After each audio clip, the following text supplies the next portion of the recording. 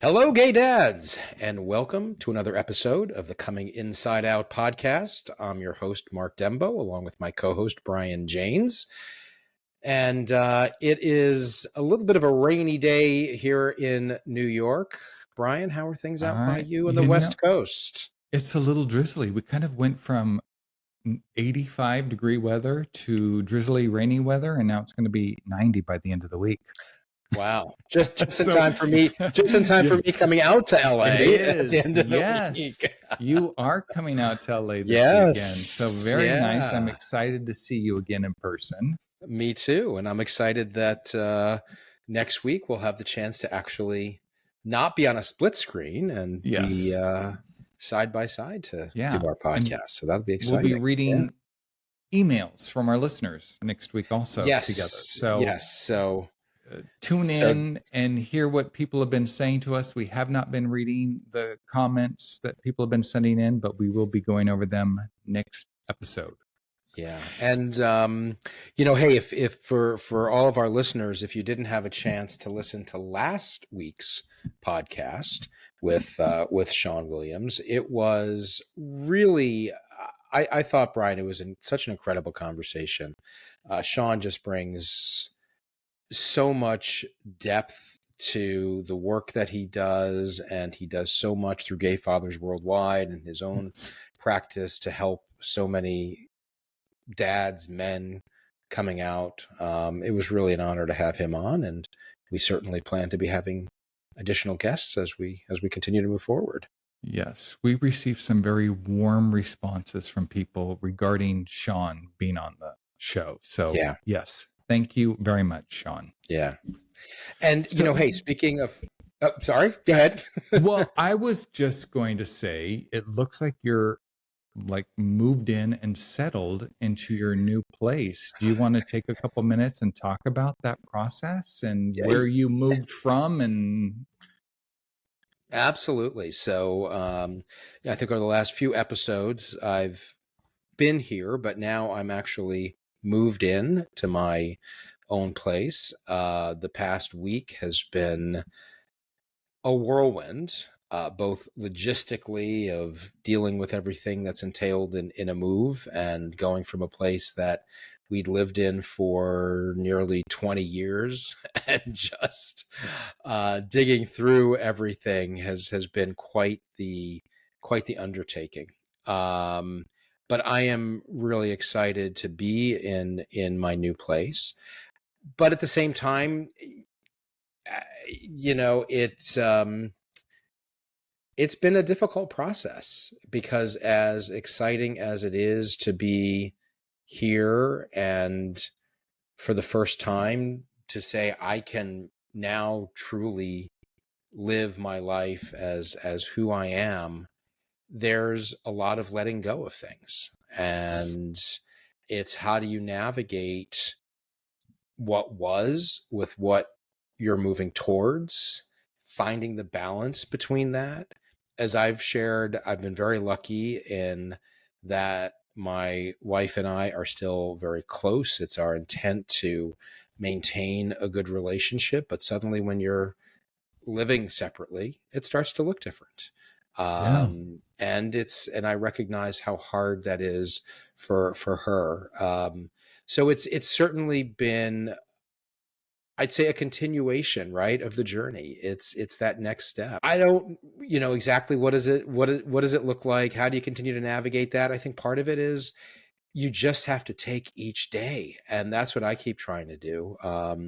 But it is exciting to be here in this space and to know that this is that next step in that yes. journey. Yeah. Yeah.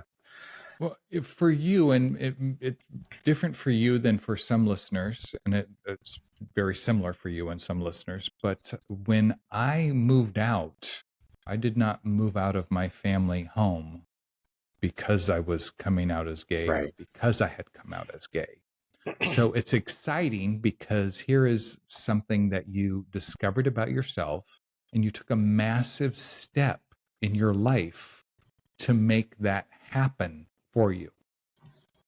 Whereas some listeners, they're kicked out of their home because they came out, or they divorced before they came out. It's very different for you than for some of us, but I'm very excited for you Yeah. that, but you, at the And same time, you're waking up alone in your home. You're not waking up next to your wife or in the house with your wife. You don't have that interaction with your family like you did. So, yeah. that is, yeah, that's certainly an adjustment. And there's things that are really hard about that, and there are things that are really exciting about it. Yes. Yes. Um,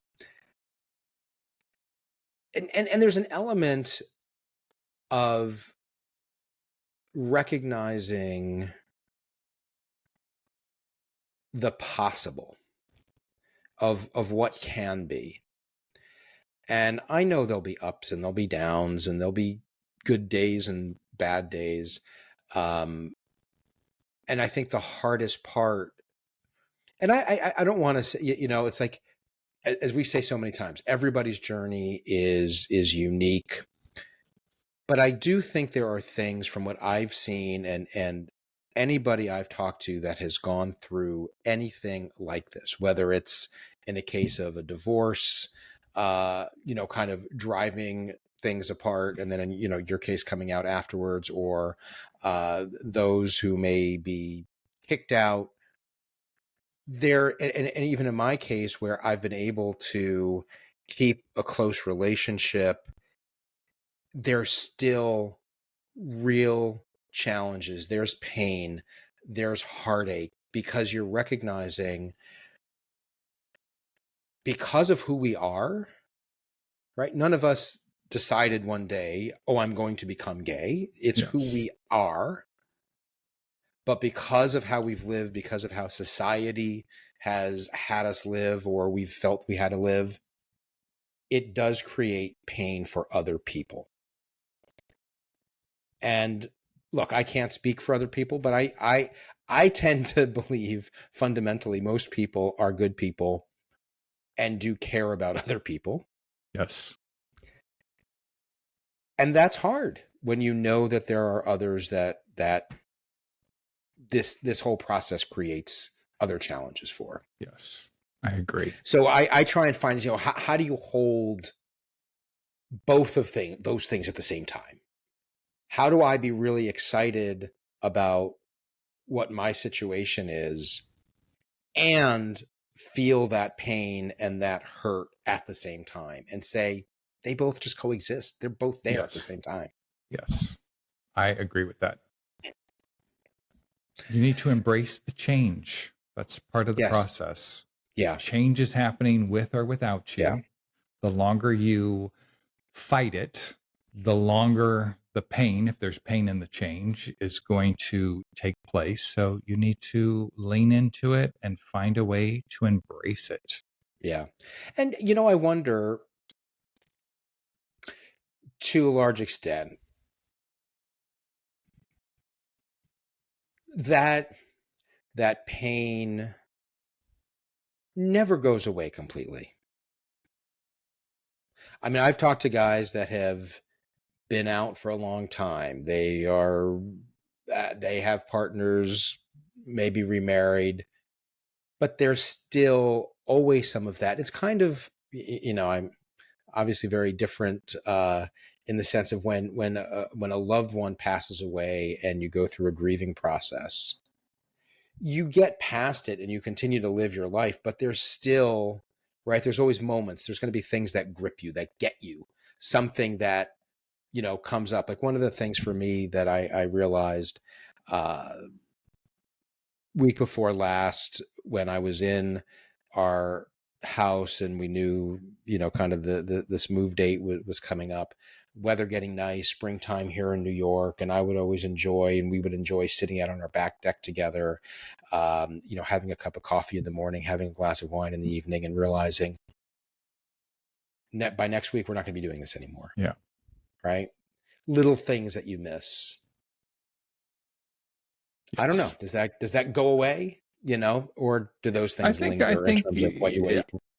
I don't think you replace it. I think you just make room for new things to Yeah. happen in your Hmm. life. So Hmm. maybe it's Hmm. not you having a glass of wine with your wife on the back deck, but it's you replacing it, not replacing it, but just allowing for some form of newness Yeah. to come in Yeah. that Absolutely. fills that Yeah. space. Yeah. Yeah. Yeah. It's letting go of some things and making room for the new Yes. things, right? Yes. Yeah. Yes. Yeah. Yeah. And how about yourself? How are you?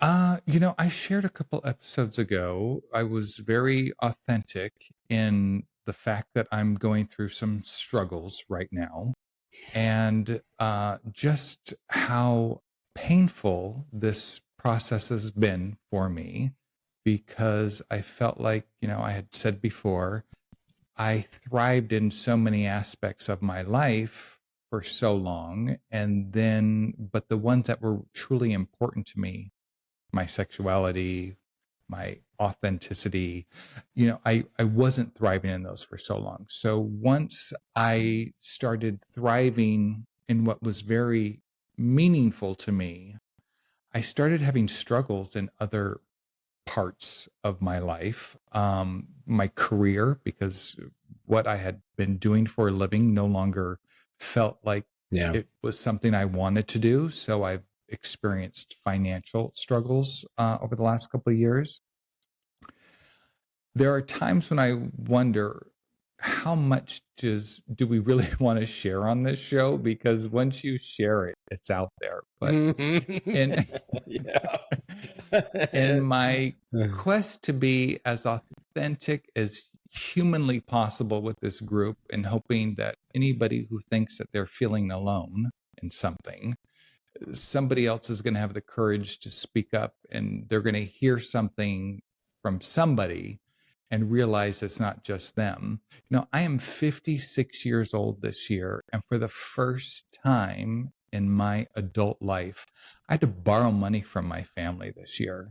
And that was such a humbling experience for me, because I've always thrived financially, and to be in a place where I had to borrow money from somebody was Yeah. just, it really, I guess I could have, well, what I did with it was I became depressed over it. And then I read a quote that said, every crisis is an opportunity to learn and grow, to act upon a higher plane of understanding. And so I had to really go within and say to Yeah. myself, okay, Brian, you had to borrow this money. Are you going to live in the crisis, or are you going to find a way to Hmm. learn from this crisis? Yeah. And it's been hard for me. It's been very humbling for me, but I've been learning from what I consider this financial crisis that I'm going through. And I shared something on social media a couple of weeks ago, and I got several people reached out to me with a response. So I thought I would read it, so if anybody didn't see it on one of our little clips, they could hear it. There's a video that also goes with it, but it says, one of the hardest things about healing is that the version of yourself that you became in order to get through the war that you were presented with is also somebody that you have to let go of. See, the version of yourself that you had to be in order to survive is not the version of yourself that you can be now to continue. You have to leave that version of yourself behind. So it is a double edged sword. You have created somebody to get through it, but once you are over the hill, you cannot take that person with you. That person was for the war. Hmm. Ah, having to let go of who I was in Hmm. order to become this new version of Brian has just been pulling me apart at the fiber. Yeah. I have no other way to describe it. I feel like I'm just being torn apart, because I have been holding on to my past, Yeah. because I had joy in my past. And I don't, as much as I try and vision, and I have great people in my life, I have a lot of struggle going on. So it's like letting go of who I was is so scary for me because I don't know what's ahead of me. I Yeah. don't know, what's coming. And there's something, it's what does it say? Anything that happened before this moment is history. So it's like that was the past. I can't base my life based on something that happened 10 minutes ago, 2 years ago, 5 years ago. It's like what just happened is history. So what is my future? And Hmm. I'm really, I'm like digging in deep to try and figure out what that is for me. I think that is such a profound passage that you just read, and it it applies to all of us, Yes. right? That version of ourselves that got us through when we were hiding, right? Brene Brown talks a lot about the Um, armor that we put on, right? It's like it's the armor. You're fighting this war, and then you need to take that armor off. But here's the hard part, I think.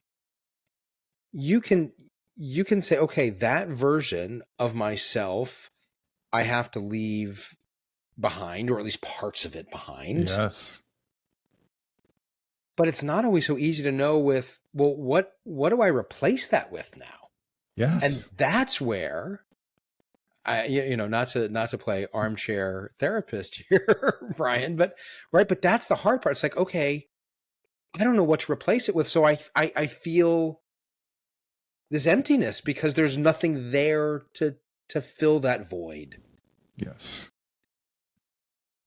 And I've tried to fill it, and after my coming out, it's like, okay, I'm gonna cycle. So I bought a bike and I joined a cycling club and I'm cycling. Yeah, Oh, now I'm gonna paddleboard and I get a paddleboard and I'm paddleboarding. And oh, it's like I have all these hobbies that I've adopted, yeah, but there wasn't passion behind them. They were just things that I was looking to fill these voids in right. my life with. Well, so you were filling it with those kinds of things, looking for something.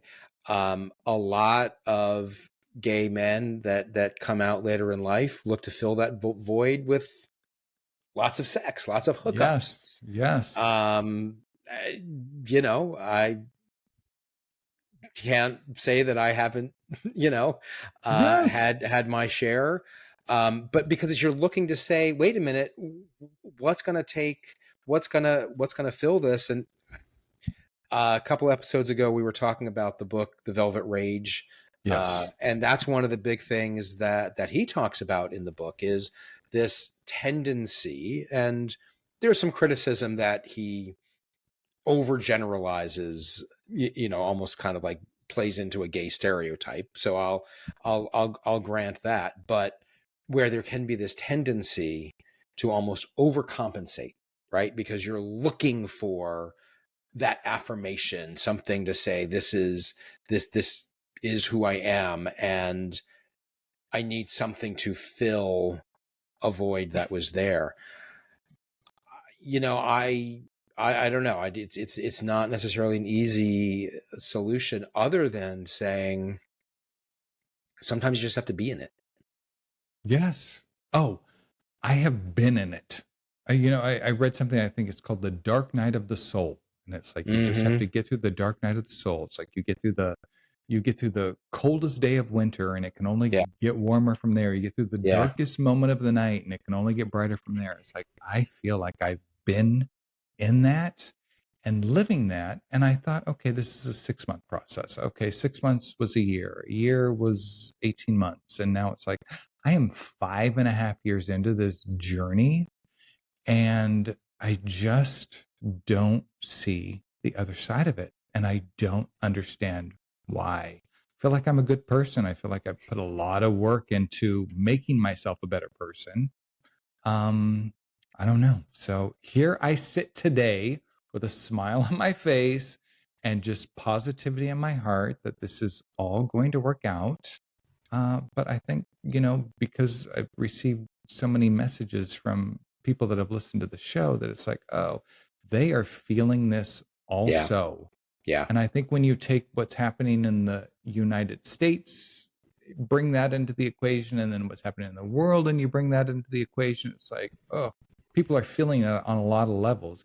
It just Hmm. doesn't have to be a gay person feeling it. I think the Right. world is feeling this right Oh, now. absolutely. Absolutely. And then I think the what so many of us are going through in our lives in dealing with and understanding and embracing our own sexuality adds yet another layer to it, right? Yes. Because now it's external things going on in the world that can cause enough anxiety combined with the internal figuring out of who am I and what does this Yes. mean and how do I move forward and live my life as who I am.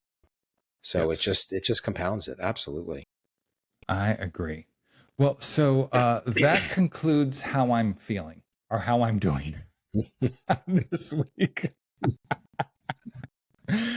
So I thought if you're Brian, we ready got to to go move, when I come to LA. We got to get out and have some fun. I think that's yes, you know yes, I agree. much needed for you. Yes. Yes.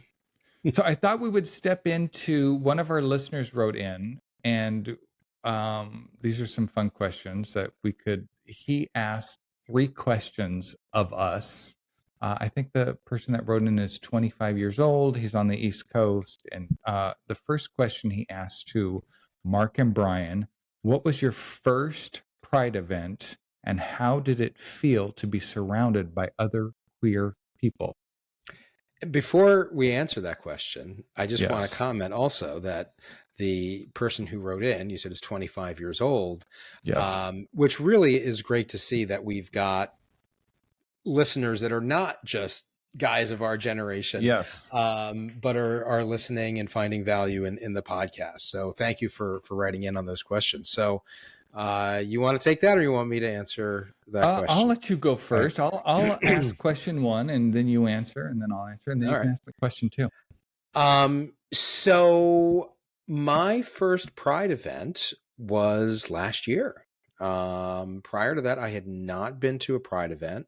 I wanted to go to New York City Pride last year, but just conflicts prevented me from going, had other obligations. So my first event was in Westchester County, where I live in White Plains, New York, which is where I'm now residing.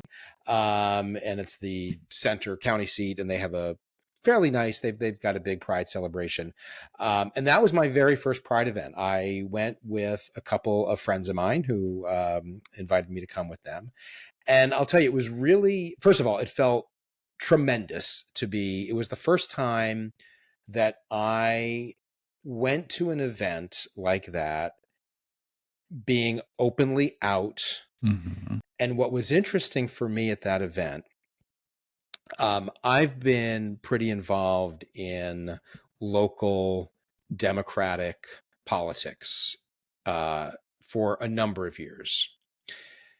And this event, started off with a ceremony. Our congressperson was present, our county executive was present, several political figures. I know all these people like very well. All right. And here I was, not there representing in my political capacity, but as a gay person, queer person, attending the event. And a Yes. lot of these people did not, I wasn't, completely, totally out at that point. There were a number of people that I did run into there that I pulled aside and I said, hey, I want to let you know why I'm here. I'm here not only as an ally, I'm here because I've just recently come out. Um, it was great. I mean, it was just so wonderful to be able to be out and to celebrate and to be with other queer people. It was a pretty special day. Yeah. Very nice. Yeah. How about for you? I don't remember if it was West Hollywood or I think my first like Pride event was last year, Palm Springs Pride. Gay Fathers of Los Angeles, we marched in that Pride parade. So we were down in Palm Springs for the weekend. Several gay dads in the LA group and the Palm Springs group were down there. It was an amazing event because it was, Palm Springs is a mecca for the gay community. And there were just vendors and events and just things happening. And it just felt so good to feel a part of something, to feel Yeah. a part of a movement, to feel part of something that, I don't know, but so many people were passionate about. So that was my first Pride event, and I enjoyed it. And we did it for the whole weekend: Friday, Saturday, Sunday.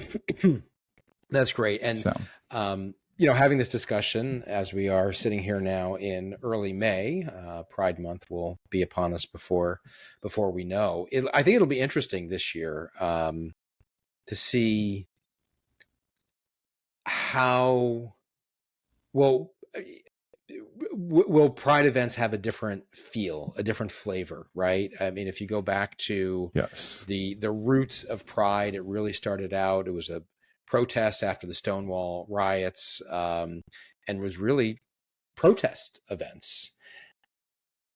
And just from a lot of what I've been reading, this year Pride, people are saying, you know what, we've got to get back to that. So yes, I think it'll it's be gonna have interesting. Yeah, a lot of political. yeah, Um, it's going to be more of a political yeah, movement at the yeah. same time. Yeah, and I'm wondering, and I'm curious. Love to know what others think. Right? Are people going to stay away? Are people going to come out more because of that? I'd love to see a lot of Pride events. I think an opportunity for it to be both. Right? You can get out there and say we need to stand up for LGBTQ plus rights now more than ever, and at the same time be able to celebrate and have fun, right? Those two things can coexist Yes, at the same time. I agree. Yeah. It'll also be interesting, as I've seen a lot of the big corporate sponsors have been pulling back from a lot of I Pride know. events. Yes, which is too Yeah. bad. Yeah. I Yeah. saw in uh, St. Louis, Missouri, Anheuser-Busch, for the first time in I'm not sure how many years, is pulling back from being a big sponsor of Pride there, which is not to call them out by name, but kind Yeah. of unfortunate to see these sponsors feeling that pressure. On the other hand, a lot of people could be saying, well, it's become too much of a commercialization of Pride, so maybe it's not a bad thing. Bring it back to its roots. All right, I could see that, but I think companies can support both sides. I think in this day Yeah, and age, it's like you can only support this political yeah, party or this political party. You can't support both, and I don't know why there's not room for supporting both. Right? absolutely. So anyway, not to go down that Yes. rabbit hole. Yes. So our next question here from our listener: what's something that surprised you about gay culture after coming out and being more involved in the community? Oh, I'm probably going to get some heat for this one. I found it to be well, and this I'm tripping over my words. I was going to say broken, and I don't want to use the word broken. Um, I've my experience with this community is it is weeping for healing. I'll put it that way. There's a lot of sadness. There's a lot of I don't know. I think it's a newer community because how long have we openly been allowed to be out and proud and gay and vocal? So I found it to be a wounded culture, if that makes sense. Well, wounded meaning emotionally. Yes. Mm-hmm. Because these are people that have grown up with rejection. These are people that have Mm-hmm. been ridiculed. These are people that have been bullied and Yeah. teased and Yeah. looked over. Um, and for myself and for you, we were both married to therapists. I spent a lot of time in therapy. Even Mm-hmm. during my marriage, I spent a lot of time in Yeah. therapy just Yeah. for a healthy, healed Sure. relationship. Yeah. So when I came into this community, I feel like I had a step up on some of the people in the community because, they haven't all, not that people in life all go to therapy, but I don't know. It just, I thought it was going to be more thriving. And I'll leave it at that because, Yeah. Yeah, no, I think I think there's validity there because I think I mean, look, if you look at the incidence of suicide, if you look at the incidence yes, of drug abuse, alcohol abuse within the LGBTQ plus community, it's, and I don't know the exact statistics, so I don't want to cite something and be wrong, but it is significantly higher than in the general yes, population, right? yes, Because I think even if for people that do come out earlier in life, even, and we've talked about this before, while yes, it's easier for kids today, if you will, right, to come out earlier, it's still hard. And you're still yes, constantly, because you are still not doing something that's the norm of society. So I think that's certainly understandable that it is there. But I mean, I think I've also found, while I don't disagree with what you're saying, um, and there's a lot of criticism of the gay community of being, exclusive, exclusionary. I've also found in many ways it to be very welcoming. Um, but I think what when I was thinking about that question, what kind of stands out for me is that we tend to use this monolithic term, the gay community. What is the gay yeah, community? Right? I mean, because now you exactly. could get into, everything from, well, are you a twink? Are you a bear? Are you an otter? Are you, right? There's all of that. And then there's men like us that are at a different stage in life and have been married and come out later, right? So is there, I mean, what's the straight community? Do we talk about the straight community Yeah, and say it's all one thing?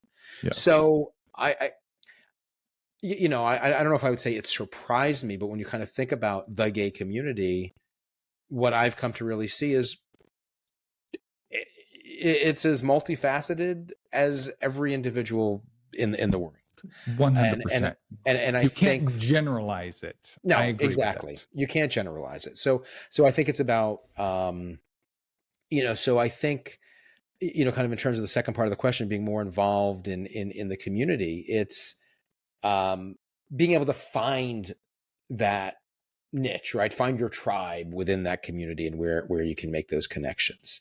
Um, I guess in many ways that's like anything in life, right? Finding the areas that work for you.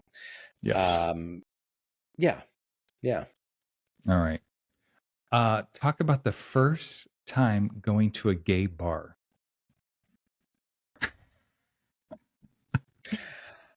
You know, it's interesting. Um, the first time I went to a gay bar, I was in New York City. I was by myself, and I decided, I looked at, okay, what are some of the bars? I was near Hell's Kitchen, and decided to say, you know what, I'm just going to go and check it out. Um, Were what was you going? out? Were you out Yes, when you went? Okay. yes, yes. All right. I wasn't out as publicly and completely as I am now. Um, I was out to myself. I was Yes. out to my wife and my family at this point. Um, and I just decided, I think what was going through the thoughts running through my head were, what the hell am I doing? Right? It was excitement and fear and trepidation. Like, am I going to be looked at? Am I going to be rejected? Is everyone going to look at me and be like, what the hell are you doing in here, dude? You're not one of us. Yeah. So there was all of that. But I did it anyway. I walked into the Ninth Avenue Saloon on Ninth Avenue in New York City. went up, seat at the bar, ordered a drink, and within 5 minutes struck up a conversation with somebody sitting next to me. Had a really great evening. And after that, kind of gave me the courage to say, okay, I'm going to do this again, and checked out a few other gay bars. And, what's interesting, I have found since coming out, um, I feel a lot more comfortable going into spaces like that, like walking into a bar by myself, going into a restaurant, gay, straight, whatever. Before, it's like, be like, I'm not going to go by myself. Yeah. Now I'm like, I don't care. I don't care. I go in now. It's like, what's the worst thing that's going to happen? If I walk in and it's not the scene for me, I walk out. Yes. And I've done that sometimes. I've walked into some bars, a gay bar, and it's like, okay, talk. It's like, okay, this is not my scene. This is not. I'm not comfortable here. You'll leave. Yeah, because you feel Yeah. more comfortable in your skin. That's right? exactly right. That is Yes. 100% right. Yeah. Yeah. Yeah. How about for you? Oh my God. My first gay bar experience, this may be a little TMI, but I just went on my phone. I looked up the closest gay bar to where I was. It was about 25, 30 minutes away. I drove there. They have a podium outside. And the guy said, it's cock sock night. And I said, okay, I had no idea. I was out to myself. I had made the decision that I was gay, but I hadn't told anybody. I thought, okay, it's my kids aren't with me. It's a Friday night. I'm going to find a gay bar. I had no idea what cock sock night was. So I said, oh, what? And he said, it's either $5 to get in, or he holds up a sock. I was like, oh, I'll pay the $5 to get in. So I pay the $5 to get in, and then you go past this like black rubber entrance, and I walk inside this bar, and there's the bar in front of me, and there's about 6 big screen TVs above the bar, and they're all playing the most X-rated porn you've ever seen. It's not porn that you like watch for free on your computer. This is like hardcore porn. And I was like, what the fuck is going on? This is a gay bar. I was like, holy shit. And then on top of that, once my eyes leave the TV screens and they make their way down to where the people are, half the people are walking around butt naked with a sock on their junk. What do you think cocksock night is? I had no idea. And I was like, oh my God, this is what I'm subscribing to. This is where's the back room where those socks come off? So I did not know. I later found out, this is like a couple of years later, because I had come out right when COVID was happening. So this bar actually closed down due to COVID right after I had been there. But yeah, my first experience at a gay bar was like shock value. You went, Brian, you went like right for the, Who knew? Yeah, I could have gone to West Hollywood and where there's a boulevard of bars and seen a bunch of people, but this was, but you went right for the hard, but right for the hardcore, no pun intended there. But that's, we talk about the gay community, right? It's like a gay bar. Well, they run the gamut from bars like that, where I'm sure they probably had a dark room where there was a lot of stuff going on. Yeah. To bars where it's a bar that gay people go. Yes, that you don't have to go through a rubber entrance. No, exactly. To and put a sock on your cock. Yeah, exactly. Yes. So that was my first experience. I've had much better experiences since then. You go down to West Hollywood, there's bars and restaurants all along the boulevard where, you could see all the way to the back from the street. So these are, G-rated bars. But my first experience at a gay bar happened to be at a very X-rated bar. Yeah. Oh my! And where's this place? I want to go check it out when I'm in LA. Okay, it's in Burbank, California. Okay, all right. It's called the Bullet. It's called the Bullet. All right. Well, when you come to New York, or if you're ever in New York, you'll have to check out the Cock, which is an X-rated gay bar. Very much Okay. along the lines All of, right. yes, what you're Yes. Had I describing. known, I would have searched up a Yeah. different type of gay Yeah. bar, but that was my first experience. There you go. Well, hey. Yes. So I thought we would go into some questions that you had put together. And the first question is one word to describe fatherhood. What is your one word, Mark? I know I posed that question, and now I'm trying to come up with one word. Fulfilling. All right. I chose the word gift Okay. because being a father has the opportunity for it to be a gift. Yeah. When I was in my marriage and, I forgot my backpack at home, I forgot my cleats, I forgot this, I forgot that, being a father sometimes was a lot to deal with. And after my marriage and my divorce and living on my own with my kids, in my reflection, it's like, oh, having my children is a gift. It's It is. something I discovered after. Absolutely. Yeah. Yeah. So, And I'll echo that. The other word actually that I would have used, or that kind of came to mind as well, is challenging. yeah, And again, kind of along the lines of like these two things can coexist. It can be one of the most challenging things and one of the most fulfilling and a gift. yes. But really kind of recognizing that. So just a little anecdote here. Here I am in my new place last night. For the first time since I've been here, had the family over, including my wife, for dinner. And it just felt like a gift to all be Yes. together, and also recognizing that, hey, you know what, no matter what, through this all, we're still a family. Now, I know I'm sharing my experience. I know that is not always true for 100%. everybody, and I want to put that out there. So Yes. I know that's not always the case. Yes. um I loved being a dad my entire time of yeah. being a dad, but I didn't see the gift side of it. Yeah, it can be easy to Really. lose that in the day I to day. Yeah. Yeah, I had appreciation for it, but the gift of it I Yeah. didn't see until after Yeah. my Yeah. divorce. Yeah. All right. A song that captures your coming out journey. Oof. A song that I actually had to research this one. So a song, and I have reason for it. A song that captures my coming out journey is a song by a group called Camino, and it's Better Than Me. I don't know Hmm. if you're familiar with that song or not, No. No. Check that but out.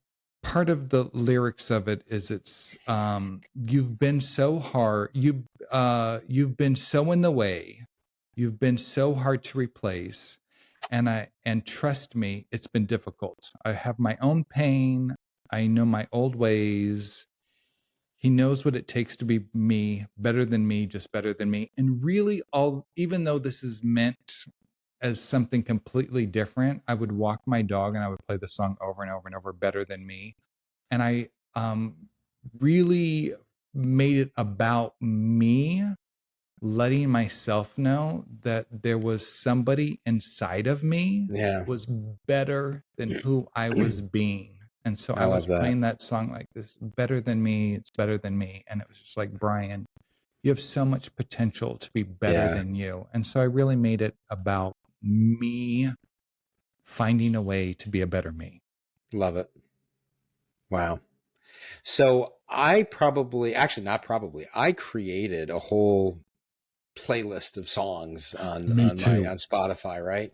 That kind of inspired me or kind of gave me some kind of motivation through the whole coming out journey.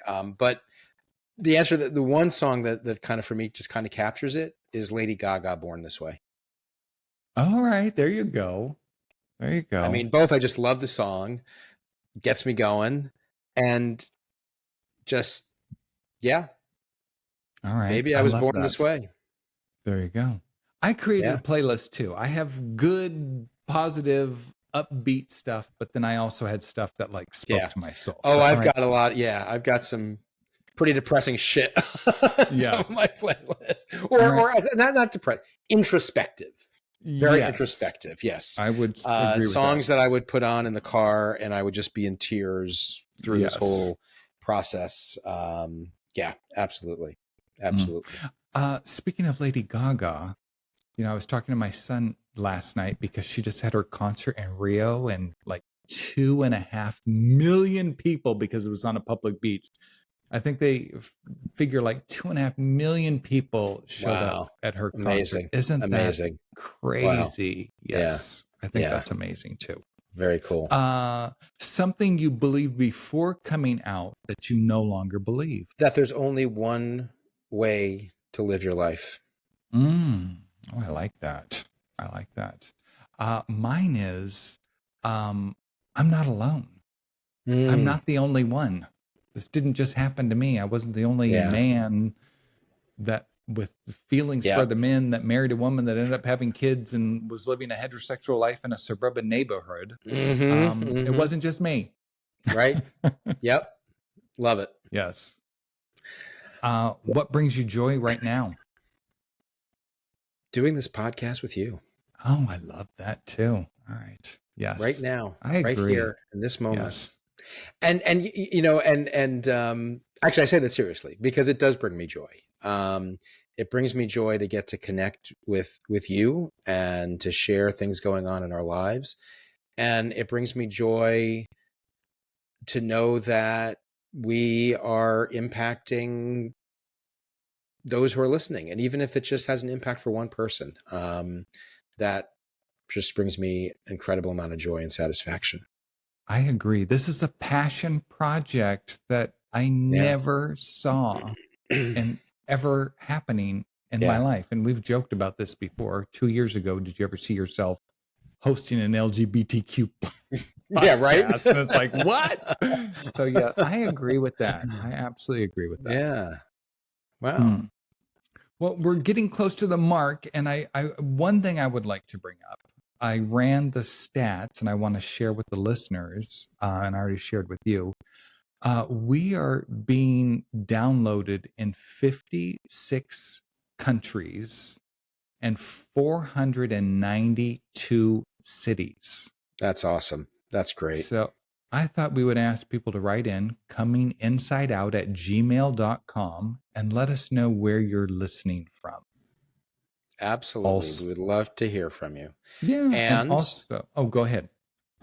Well, I go was ahead. going to say, if you're listening, like and comment on our videos or our audios wherever you're streaming our podcast. Yes, indeed.